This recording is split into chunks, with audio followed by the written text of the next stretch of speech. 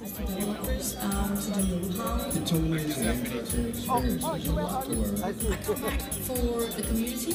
It's the people. Coming together with so many people with a common interest. A total blast and a wonderful opportunity to network. 21 years been here.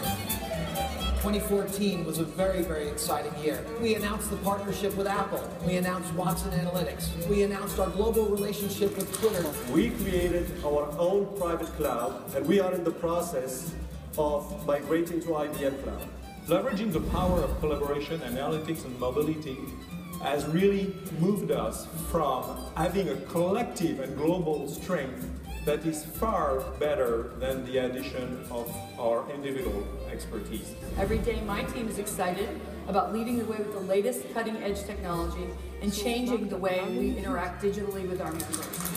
I thought the session was definitely more focused than years past. It always delivers with what I want. What we've seen this week is how IBM is leading us into the future. Are there any developers in the audience? Right now, you should have a great big smile on your face. We are very connected right now. Exciting times ahead, especially for the new generation coming up. I saw lots of good things. IBM Verse, the digital experience, all of it is fantastic. The IBM Verse launch alone delivered 380 million impressions for the brand. IBM Verse is very exciting. I've seen a bit about it, but today I've seen it in action. Well, I thought the IBM Verse stuff was absolutely outstanding. It just hits the nail on the head. IBM Verse understands me. Lots of opportunities to get onto Verse. It's more really focused on around collaboration. So I really enjoyed the calendar option. I was very impressed with the search. Search and find is amazing in Verse. That ability to really personalize it. That's a new way to work, made with IBM. I like how everything is really coming together now. All in all, IBM has made huge leaps in both power and ease of use for marketers and for content authors. There's a new generation of business applications that would be versified. All right, welcome to Speed Geeking. We're getting started. Let's have a great time. One more minute. All right, that's time. Up in the cloud.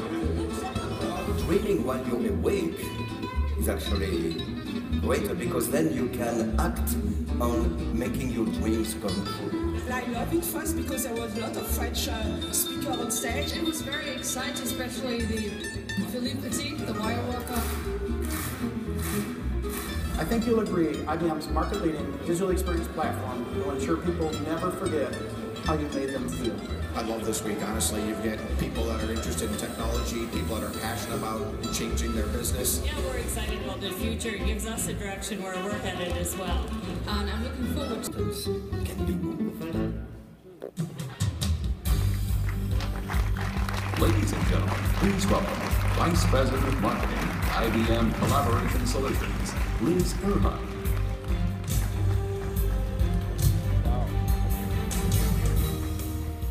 Good afternoon, everyone, and welcome to the closing session.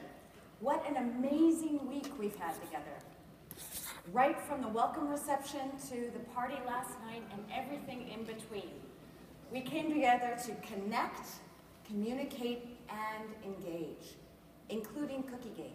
Believe me, we are tracking where our cookies are. We're going to find them. ConnectED gave you the opportunity to interact with subject matter experts, some of our leadership team, and certainly peer-to-peer contact amongst yourselves. One of the most vibrant and long-standing communities out there in the industry. So, what did we learn this week? What did we take a look at? First, IBM Verse is here, and it's here in a big way. Jeff introduced the Verse commercial on the Open General Sessions stage on Monday, and actually yesterday he was sneaking around in the back, fixing them around and editing last night, working on the new version of the spot. Let's go take a look.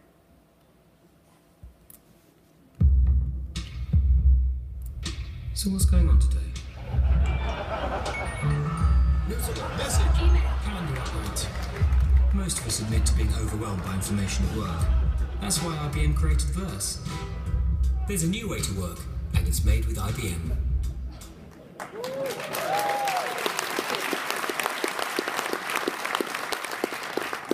Star is born.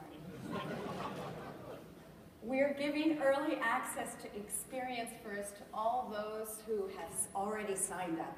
And we want to make sure that you, our ConnectED audience, also joins us in there. Check your inbox, your invitation should be in there. On Monday, we heard from 3 of our clients, very interesting stories around how their collaboration platform is central and strategic to their business. Louis Vuitton Moet Hennessy, Bureau Veritas, and Blue Shield of California joined us. But we also had other clients throughout the sessions, throughout the week, who are doing amazing things with IBM technology. We hope that you are inspired by what they're able to achieve. I know that we are. And let's not forget our business partners and sponsors. Whether they were on stage exhibiting in the Technoasis, their best practices and beyond the everyday use of IBM technology is continuing to inspire us. Speaking of partners and innovation, let's turn our attention to one of our favorite activities that happened this week, and that's the App Dev Throwdown. Here to tell you a little bit more about it is Ronnie Maffa, Vice President, Development Services and Support.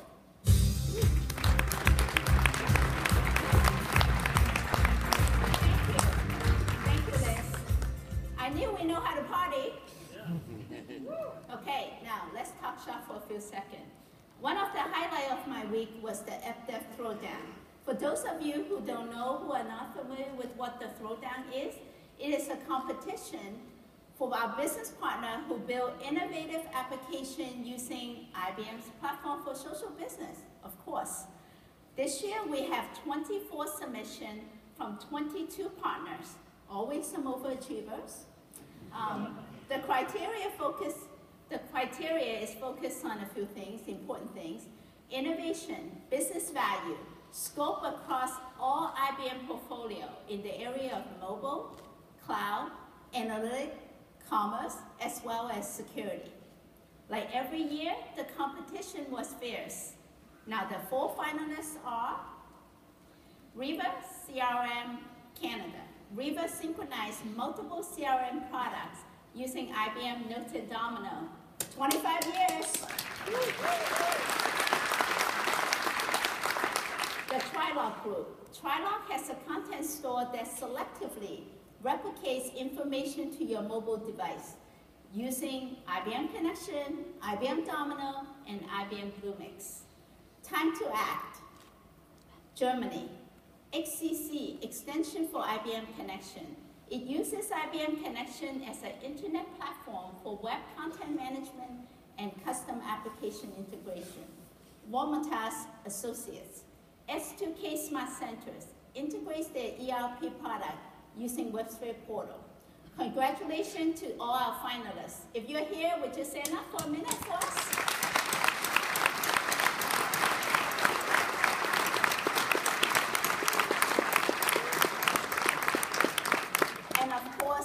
Thank you to all who have participated as well. Now, it is great to see such impressive innovation coming from all these companies. Now, and the winner is, I get one of those. The Trilog Group.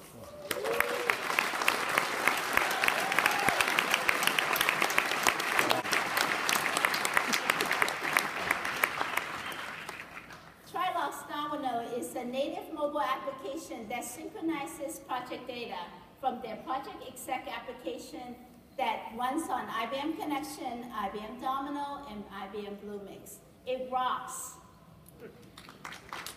Sure. Well, I want to give a deep thank you to everyone who participated in the Throwdown. Now, back to you, Liz.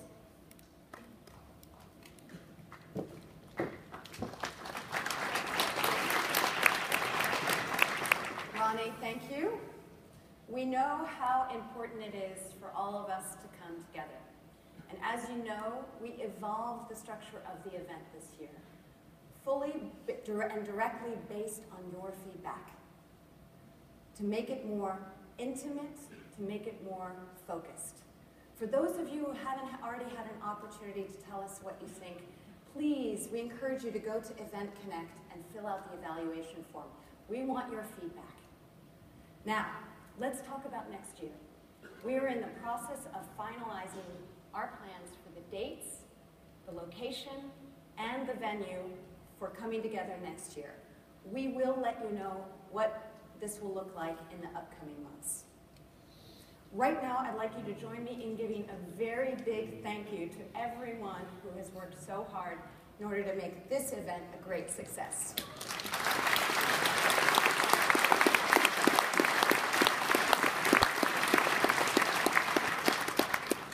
We heard from Philippe Petit on Monday about applying our passion, our tenacity, our intuition, our faith, and our inspiration in order to bring out and create the creative spark in all of us. Today's guest speaker is a math magician, and he will also truly inspire us. Dr. Arthur Benjamin, a professor of mathematics at Harvey Mudd College in California, has presented his mixture of math and magic around the world. He has been on the Colbert Report, the Today Show, and many other TV shows. He's authored several books and DVDs, including The Joy of Mathematics and The Secrets of Mental Math. And he's been referred to as America's best math whiz. Please join me in welcoming Dr. Arthur Benjamin.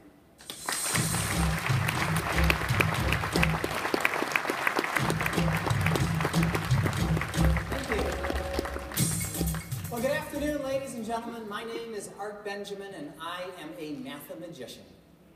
What that means is I combine my loves of math and magic to do something I call mathemagics. But before I get started, I've got a quick question for the audience. By any chance, did anyone happen to bring with them this afternoon, I know for this audience I don't even have to ask, a calculator of some kind? If you have a calculator, perhaps on your phone or something, and you're comfortable using it, raise your hand. I'll need a few people to help me out here. How about 1 and 2 and who else?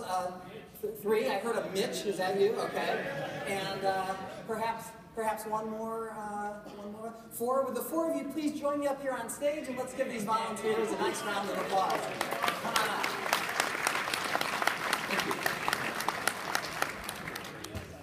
Over on this side, please. Thank you. One more round of applause for our brave volunteers. Now, since I haven't had the chance to work with these calculators, I need to make sure that they are all working. Oh, very nice. Yes, impressive.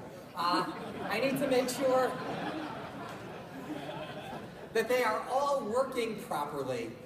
Would somebody get us started by giving us a 2-digit number, please? Sir, how about a 2-digit number? 12. 12, okay, that's an easy one. How about a 3-digit number, please? 104. 104. Multiply 12 times 104. Make sure you get 1,248 exactly, or the calculators aren't working. 1,248. Give them a round of applause. Just to make sure those calculators work. Now, I noticed that took some of us a little time to get the answer. I'll give you a shortcut for multiplying even faster on the calculator. There's something called the square of a number, which all of you know is taking a number and multiplying it by itself. For instance, 5 squared would be 25. 6 squared would be 36. 73 squared would be something bigger. Right. Now, you got it. Now, most of these calculators, as you know, have shortcuts for squaring numbers, and if you have it, you should go ahead and use it. What I'm going to try and do now is to square in my head 4 2-digit numbers faster than they can do on their calculators, even using the shortcut methods. What I'll ask is 4 people, how about in the second row this time, 1, 2, 3, 4, each yell out a 2-digit number, and if you would square the first, the second, the third, and the fourth one, I will try and race you to the answer. So, quickly, a 2-digit number, please. 99. 99, okay, next. 82. 82, next. 74, and one more. 64, of course. Would you call out your answers, please? 9,801. 6724.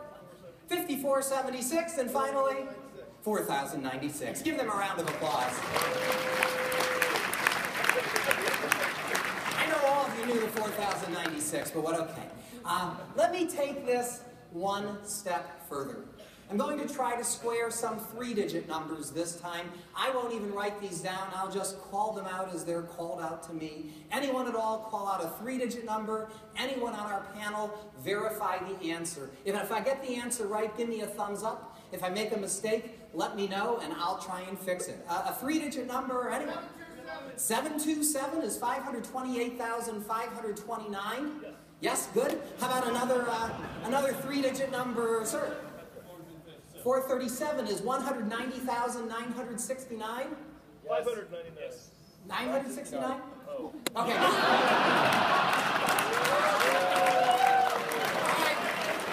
Our first candidate is off the island. Okay. Another 3-digit number, sir. 512, well, you know that one. 262,144. Right, that's 2 to the 18th power. How about another 3-digit number, sir, 3 digits? 999 is 998,001. How about one more 3-digit number? 321 is 103,041. Thank you very much.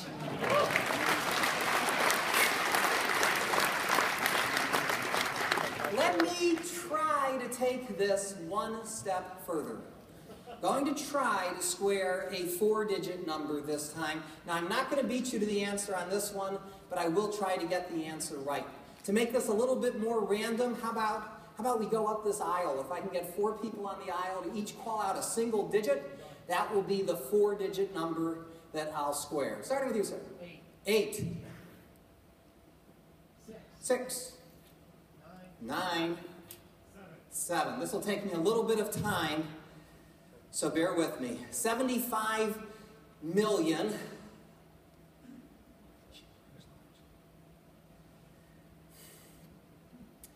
637,809. Good. Thank you very much.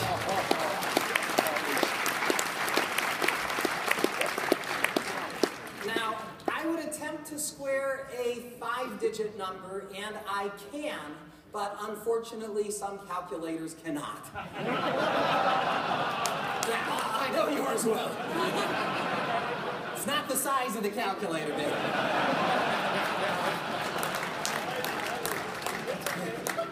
I'll talk to you later. In fact, I will by the end of the show. But in the meanwhile, let me conclude the first part of my show by trying something a little trickier.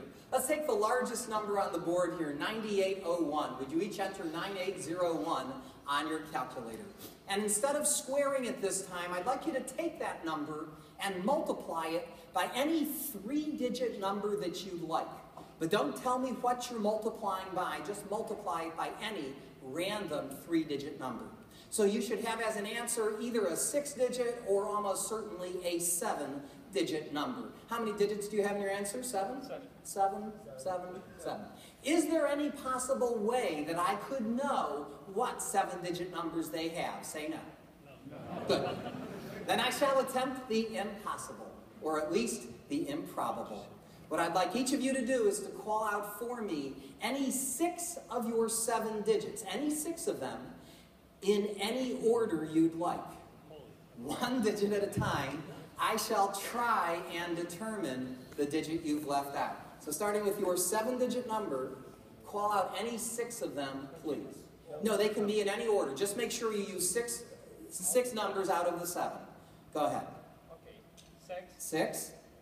4. 7. 6. 5. Did you leave out the number 2? Yes. Good. That's 1. You have a 7-digit number. Any 6 of yours, loud and clear. 3. 1. 7. 5. 4. 0. Did you leave out the number 7? Good. That's 2. You've got a 7-digit number. Any 6 of yours in any order. Uh-oh, I heard 3, 3, 3, 3. Okay, this is interesting. 6, 2. Did you leave out the number 7? Yes, good. That's 3. The odds of me getting all 4 of these right by pure guessing would be 1 in 10,000. That's 10 to the 4th power. Okay, any 6 of yours, really scramble them up this time. 3, 5, 5. Wait, 3, 5. Oh, yeah, slow down. 3, 5, 5. 2, 6. 2, 6. Okay. 1. Did you leave out the number 5? Yes. Great, and let's give all 4 of these people a nice round of applause.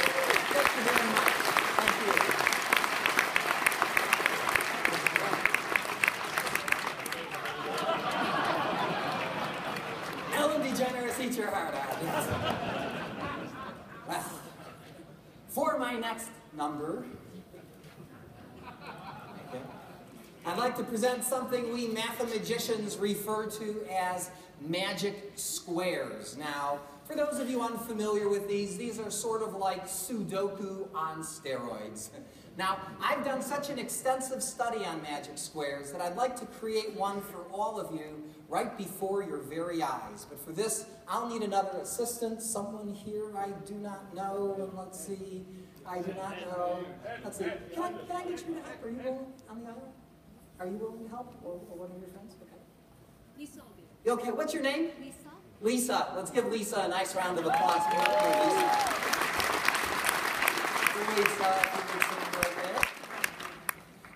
Lisa, let me ask you a question, and if it's L-I-S-A, Lisa? And if it's too personal, I can change the question. Lisa, are you willing to share with us your birthday, including the year? Great. Lisa, what is your birthday? 8? 23?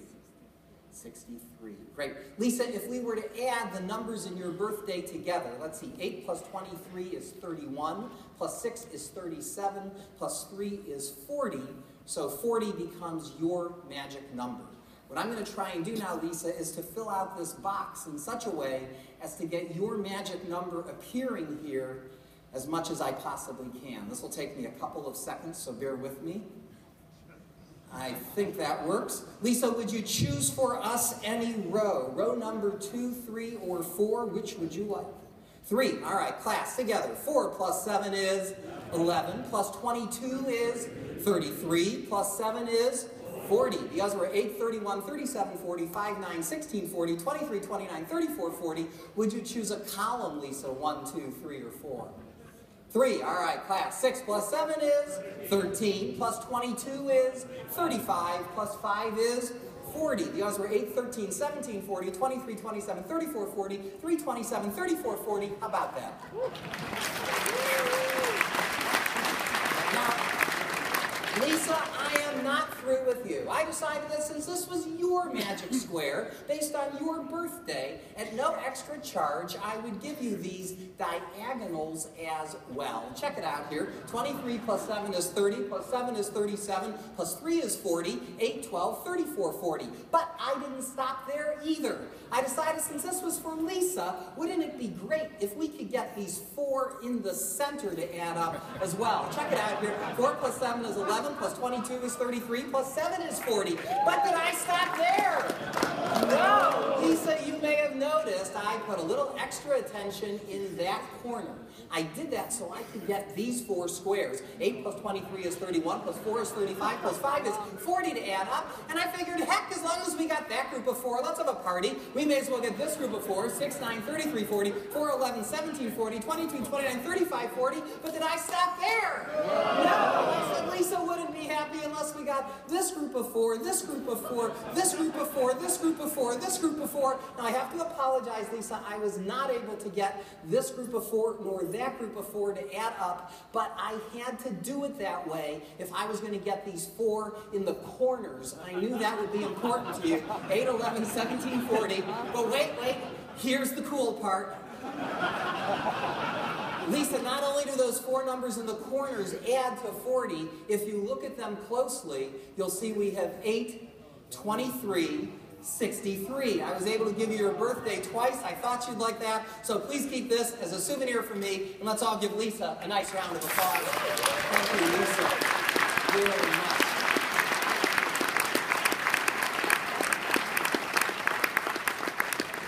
Hey, speaking of birthdays, by any chance, does anyone here happen to know the day of the week that they were born on? Good. That makes my job harder, but I'll see.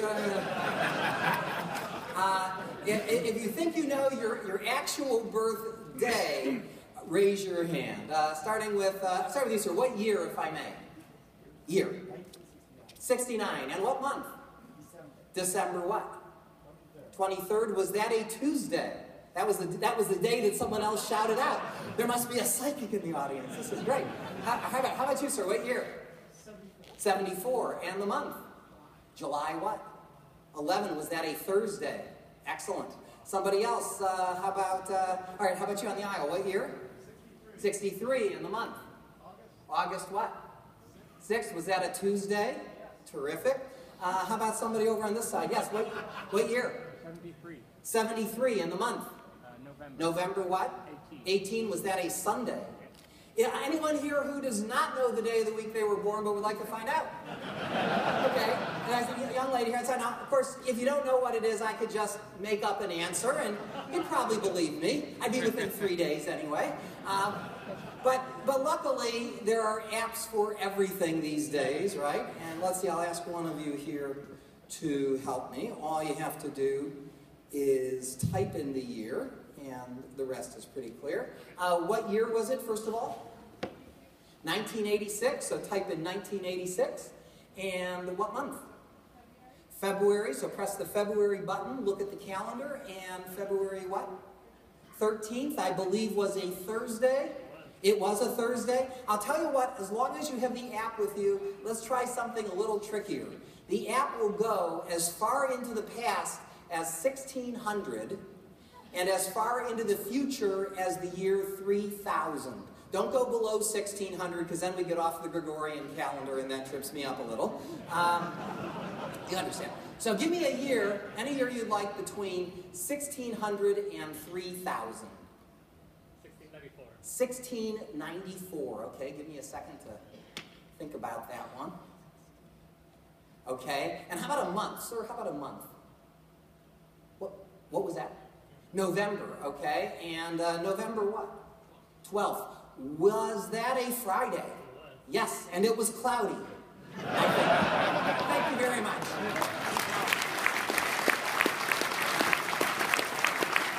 Thank you. Now, folks, if I were performing for a different sort of audience, like say at Disneyland or the Magic Castle in Hollywood, as I occasionally do, I might follow this up with other feats of magic and mind, but for an audience such as this, I actually prefer to break the magician's rule and explain to you most of what you've seen me do up here and more. In fact, I'd like to conduct the rest of this program, the next 20 minutes or so, very informally, so feel free at any time to interrupt me with questions, even if it has nothing to do with what I'm talking about. It's more interesting that way. You can raise your hand, or there's a mic over there if you want to use it. But, you know, for me, I wouldn't be doing my job if I didn't explain some of what you've seen me do. I am, as was introduced at the beginning of the show, I am a professor of mathematics at Harvey Mudd College. Any Mudders in the audience, or Claremonters? No, shoot. We've only graduated about 5,000 students in our history. So the first graduating class was 1961.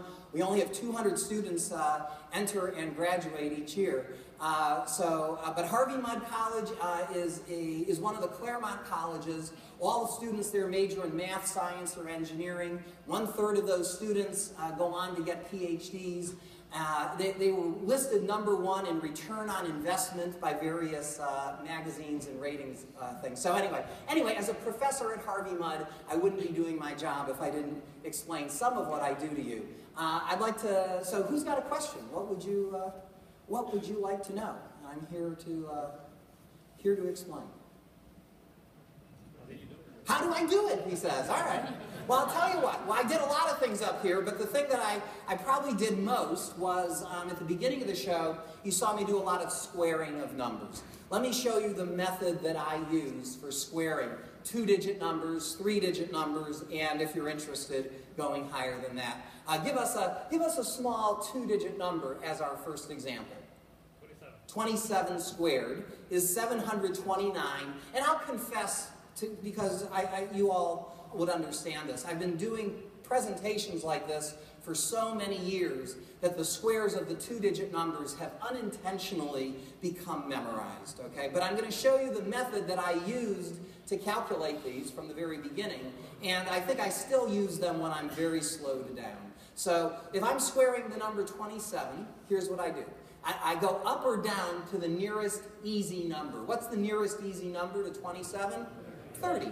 So 25 is not bad, but I like 30 because 30 ends in 0, and that makes my job easier. So I go up 3 to 30. Now whatever comes up must come down. If I go up 3 to 30, I have to balance that by going down 3 to 24. So the first part of my calculation is I do 30 times 24. Now, of course, that's 3 times 24 with the friendly 0 attached. If we do 3 times 20, that's 60. 3 times 4 is 12. 60 plus 12 is 72. Attach the 0 to get 720. We're almost done. All we have to add to this is the square of the number we went up and down. We went up and down 3. 3 squared is 9, and there's your answer, 729. Okay? It took me about, Let's do another example. Give us a larger 2-digit number this time. 98 sounds hard, but it's actually pretty easy, right? Because now the nearest easy number would be 100. So I go up 2 to 100. I go down to what number? 96. So can you tell me what the answer is? 98 squared is 9600 plus the square of 2. 9604. If you got that right, give yourselves a round of applause. Well done. Now, once you get good at squaring 2-digit numbers, you can then push it up higher and do 3-digit numbers. Give us a 3-digit number. Give us a 3-digit number this time. 311. Okay, that's a good one for illustration purposes. It's 96,721, by the way. Just get that out of the way. Which sounds impressive, but it's not that bad. Let's think of what I had to do here. I went down. Oh, when I square a 2-digit number, I go up or down to the nearest multiple of 10. But when I square a 3-digit number, I go up or down to the nearest multiple of 100. So I'll go down to the nearest 100, which in this case is 300. If I go down 11 to 300, I have to go up to what number? 322. Now, and so now I do 300 times 322. That's 3 times 322 with 2 friendly zeros attached. By the way, if there's only one thing you remember about all the mental math that I do, it should be this. I do all of my calculating from left to right. Right, that's the opposite of how we often do it on paper. On paper, we're taught to calculate from right to left, right? The ones, the tens, the hundreds, the thousands, and so on. But that's backwards. We read numbers left to right, we pronounce numbers left to right, and with a little practice, you can and should calculate left to right. So I'll do 3 times 322. 3 times 300 is 900. 3 times 22 is 66. So that's 966. With my 2 friendly zeros attached, that's 96,600. Another reason to work from left to right, it was the reason I initially did it as a kid, was I found that I could start to say my answer while I was still calculating, thereby giving the illusion that I was doing it even faster, which is a good thing, right? So even without doing 11 squared, I know that's not going to be enough to carry, so I could say the 96,000 right now. Then I say 11 squared, we all know, is 121. Add the 600 plus the 121, and there's the rest of the answer, 96,721. How about that? This is one of the rare audiences where I'll actually write down the algebra of what's going on. So if I'm squaring the number A, what am I doing? I'm taking A, I'm going up some distance D, I'm taking A and going down the same distance D, and then I'm adding what do I add to all that? D squared, right? And is that going to work? Well, if you take A plus D times A minus D, we get A squared minus D squared. When I add the D squared, the D's go away, and we're left with A squared. Let's hear it for algebra. So, anyway, other questions? What else would you like to know? Yes, sir? Do you think you can beat IBM Watson? Could I beat IBM Watson?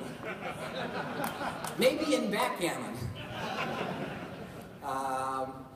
Other questions? Yes, sir? Oh, but by the way, but speaking of IBM Watson, I almost forgot to mention this. My first summer job as a college student was the summer before my senior year of college. I worked at IBM T.J. Watson Center in Yorktown Heights. And met a lot of interesting people there, which gave me great incentive for me to go on and get my PhD and become a professor. So no, it actually was a pivotal, IBM had a pivotal experience in my life. I was working in a group that was, this was in the summer of 1982, and they were doing some natural language processing then. So that's a group that I was working. I was very interested in cognitive psychology. There was a professor there who was studying me, and through that process, I got interested in cognitive psychology. Other questions? Yes, sir? How do I find the day of the week and the date? Since we're getting near the end of the session, I don't want to go through all the details, but I will. The short answer is, like everything I do, it's mathematical. I am using a number that comes from the year, from the month, and from the date. I add those three numbers together, and the total will tell me the day of the week. I'll go through an example in my head so you can hear my thought process, but I'm not explaining it. Don't think that you'll make sense of it yet. What year were you born, if I may?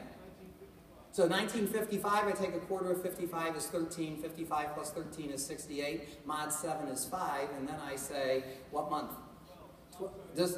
August. Okay, so August has a month code of 3. 5 plus 3 is 8. And then I say August what?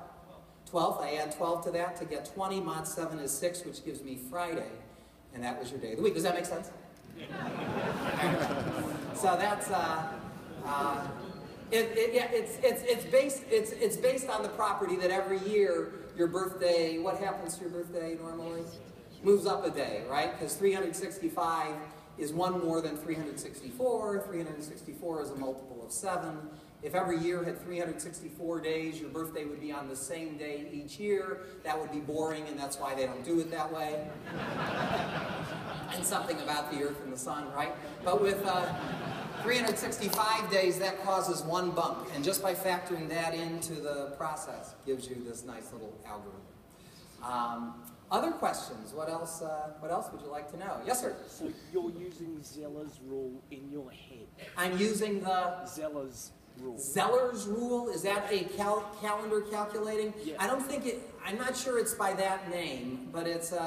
The process that I'm using is an old one. I don't know if it's the same one that you're thinking of, but it's a very simple, streamlined approach. If you're interested, after the show, I'll be here and I'll be more than happy to give you all the details. Or I'll just mention, if you go online, you can get my book on Secrets of Mental Math. I don't make much on it, so you can get it on Amazon or any bookstore, Secrets of Mental Math, or I have a DVD course that's put out by the Great Courses on the secrets of mental math and others. If you're interested in information on that, see me after the show, and I'll tell you about that. My math specialty, by the way, is discrete mathematics. Combinatorics is the math that I love the most. Yes, sir? We need to know this for the final. Do you need to know this for the final exam? I didn't know there was a final exam, so I wasn't asked to create questions for it, so I think the answer is probably not. Other questions? What else? Yes, sir?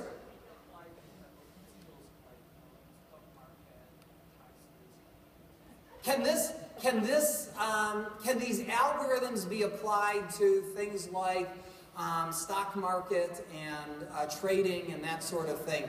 I guess in the sense that the people that I know who are fastest at mental math as a profession, if you asked me who needs to be the quickest at doing calculations, I would say it probably is floor traders.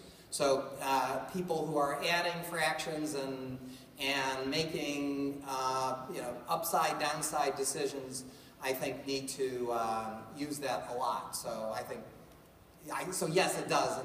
I think it does have applications there. I don't think in any sophisticated way, not in terms of stock modeling, but in terms of applying it for that. I apply it in the game of backgammon all the time. So Anyone who wants to play, see me after the show. Other questions? Yes, sir? Oh, well, oh, you want to play me after the show? Absolutely. What was the next question? How do I practice? Well, I'm going to tell you that I used to practice this during my downtime, you know, and when you're in high school, there's plenty of that. You know, the teacher's talking about something boring, I'll square a 5-digit number, right? Nowadays, though, I really think that the only time I practice now is essentially when I'm doing these performances. I mean, these are, I performed for groups all over the world, and I did about 75 of them last year, maybe gave 100 presentations, and so that becomes my practice. I don't actually carve out any time. I think it probably means I'm not at my absolute peak performance, but I think I'm at a level that I'm happy at. So I think anybody could get good at doing these kinds of problems with just a little bit of practice. I mean, you might not be the product of a misspent youth like I was and get to the level that I'm at, but anybody can get much better. Kids, I've seen 10-year-olds who've read my books or seen my DVD, and they've just taken the ball and run with it. Other questions? What else? Yes, sir. What would you like to know? Two-part question. Go ahead. Yes. Do I know how to count cards? Yes. And I teach my students at Harvey Mudd a course on the mathematics of games and gambling. I should say that Harvey Mudd is only about a 4-hour drive from Las Vegas. And a couple years ago, some of my students decided they would create their own lab section of the course. They went there over spring break, and I'm happy to say that some of them were politely asked to stop playing. So I had to give them extra credit, right? There was nothing else.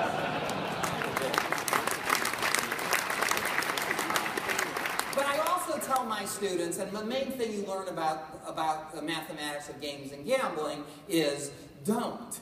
Right? And even if you have a tiny advantage, like you can have in the game of blackjack, it's a real grind. More than anything else, I mean, card counting isn't so much hard as it is boring. And anybody who has the mental stamina to be adding and subtracting ones for several hours at a time, I tell them they could be doing much more interesting, more profitable activities, like attending this conference, that they don't, that there are better things for them to use their minds at. And it's not even like a fun game, like backgammon or chess or poker or bridge. Those are games where you can actually enjoy. I don't know any blackjack players who enjoy the game. What was the other part of your question? Never mind. Okay. I'll find out later what that was. Yes, what's your question, please?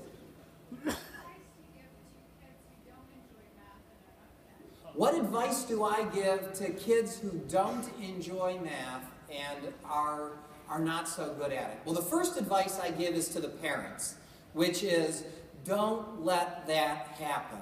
Okay, it's mathematics. I mean, well, in other words, or when you see it happen, do something about it. You know, if your child were coming home and saying, I hate reading, you know, I'm never going to get this stuff, don't say to them, well, you know, I was never much of a reader either. You'll be fine. You know, yeah, we don't say that because we know how important it is to be literate. But, you know, in this day and age, I think it's just as important that people be numerate, right? I mean, that's where the best jobs are going to be. That's the best way to, I mean, that's the best kind of education to have to, I mean, from any background. You know, there are plenty of good jobs out there for people who can think logically and critically. What resources would I use? I would use some of my DVD courses. All the courses that are from the Great Courses. They have the teaching company, the Great Courses, have some wonderful video. I mean, there's a lot of great free stuff online. I'm writing a book. I sound like I'm giving one long commercial, but I am writing a book that will come out this fall. It's designed for that kind of person. It's called The Magic of Math, solving for X and figuring out Y. Look for it in September. Other questions? What else would you like to know? Yes, please. Would you consider yourself a savant? Would I consider myself a savant? Definitely. No. I would say no. I would say more. It's a training. It really was the product of a misspent youth. I was hyperactive as a child. I don't know how far along I am on the autistic spectrum. Hopefully not that far along. But I definitely was diagnosed as hyperactive. I was kicked out of several nursery schools. My parents were advised not to put me in public school. I just didn't have the attention span, they said. My parents said, yes, but he's taught himself how to read. We think he will do okay in school. Even as an adult, I would consider myself an ADHD adult. Actually, I have something that's called ADOS, which stands for Attention Deficit Ooh Shiny. Or squirrel, I don't know. Any ADOSers in the audience? Yeah, lots of you, okay. Yeah, but everything that I'm doing here really is a skill and a fun. For me, mathematics was a game. I like the fact that you could take a problem, do it lots and lots of different ways, and if you're careful, you'd always get the same answer. I found that consistency of mathematics to be absolutely beautiful then, and I still do today. Let me take one or two more questions, and I'll launch into my grand finale. Yes, Steve? How many digits of pi do I know? Only about 100. Let me write down the first few.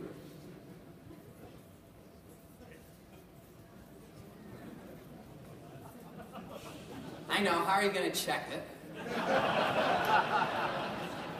I know, the guy with the big calculator.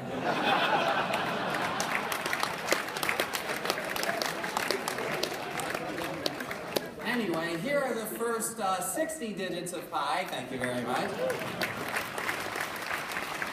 Now, that's an approximation, of course. But, of course, as a mathematician, I can't look at a beautiful number like pi and resist the urge to break into song, right? I mean, pi is such an important number. And, in fact, as many of you know, we're coming up on Pi Day, right? March 14th, 314. In fact, it's not just any Pi Day. It's Super Pi Day, because it's 31415. At 9:26, break out the bubbly, or break out the pie and celebrate Pi Day. So a few years ago on Pi Day, I wrote a song to celebrate one of my favorite numbers. And in fact, if you'll indulge me, before I go into my grand finale, I'd like to share this song with you, if only to convince you that there's no connection between talent in math and talent in music, okay? You might recognize the tune if I don't butcher it too badly. Here it goes. A long, long time ago, I can still remember how my math class used to make me snore.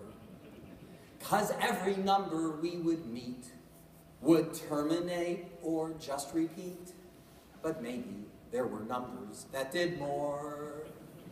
But then my teacher said, I dare ya to try to find the circle's area. Despite my every action, I couldn't find a fraction.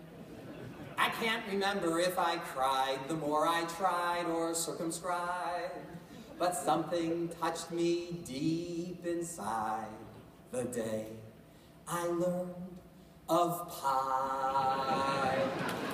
Oh, pi, pi, mathematical pi. Twice 11/7 is a mighty fine try. A good old fraction you may hope to supply, but the decimal expansion won't die. decimal expansion won't die. Pi, mathematical pi, 3.1415926535889. A good old fraction you may hope to define, but the decimal expansion won't die. Thank you. Is this the end? All right. Thank you. Last bit of business. I'd like to wrap things up by doing something I alluded to earlier in the show when we had the people up on stage. I'd like anybody who has a big calculator, anybody, bring it out, and I'd like to try, and I'm going to try to square a 5-digit number requiring a 10-digit or larger calculator. But to make my job more interesting for you, as well as for me, I'm going to do this last problem thinking out loud. So you can actually, honestly hear what's going on in my mind while I do a calculation of this size. Now, I know as a magician I'm not supposed to reveal my secrets, but I'm not too afraid that people are going to start doing my show tomorrow, so I think we're okay. Let's create a random 5-digit number. How about third row, fourth row? If I get one of these rows to pull out a single digit, that will be my 5 digits. That'll be my 5-digit number. Go ahead.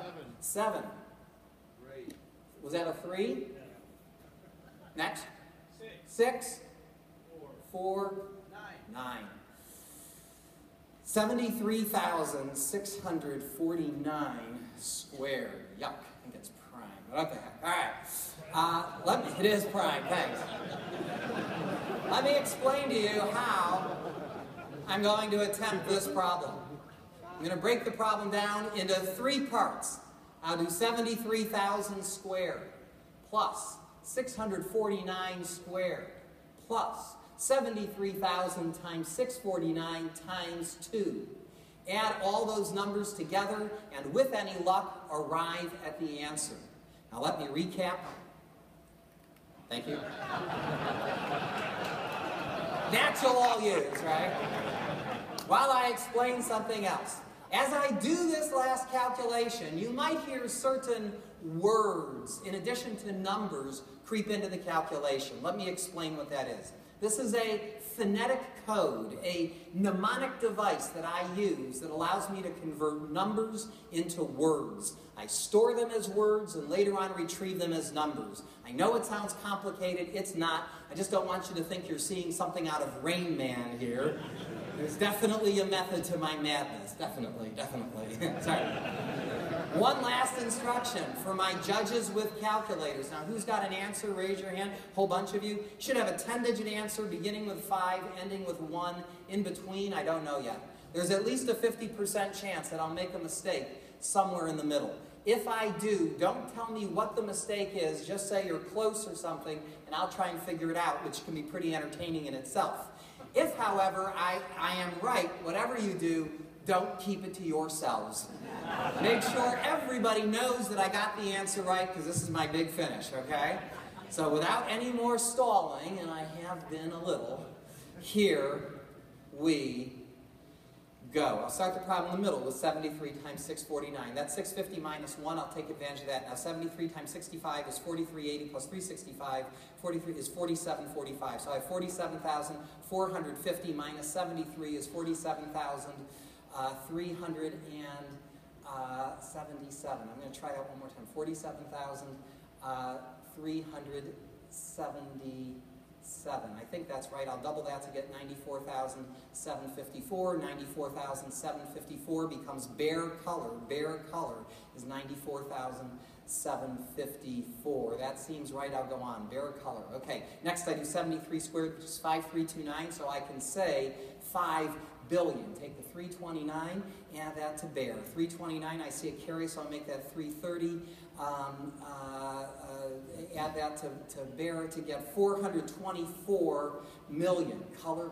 Okay, finally we do 649 squared. That's 600 times 698 plus 49 squared is 418,800 plus 2,401 is 421,201. Nest if I need it. Nest, take the 421, add that to color to get 175,201. Good. Thank you all very much. I hope you enjoyed the information on Arthur Benjamin. Thank you.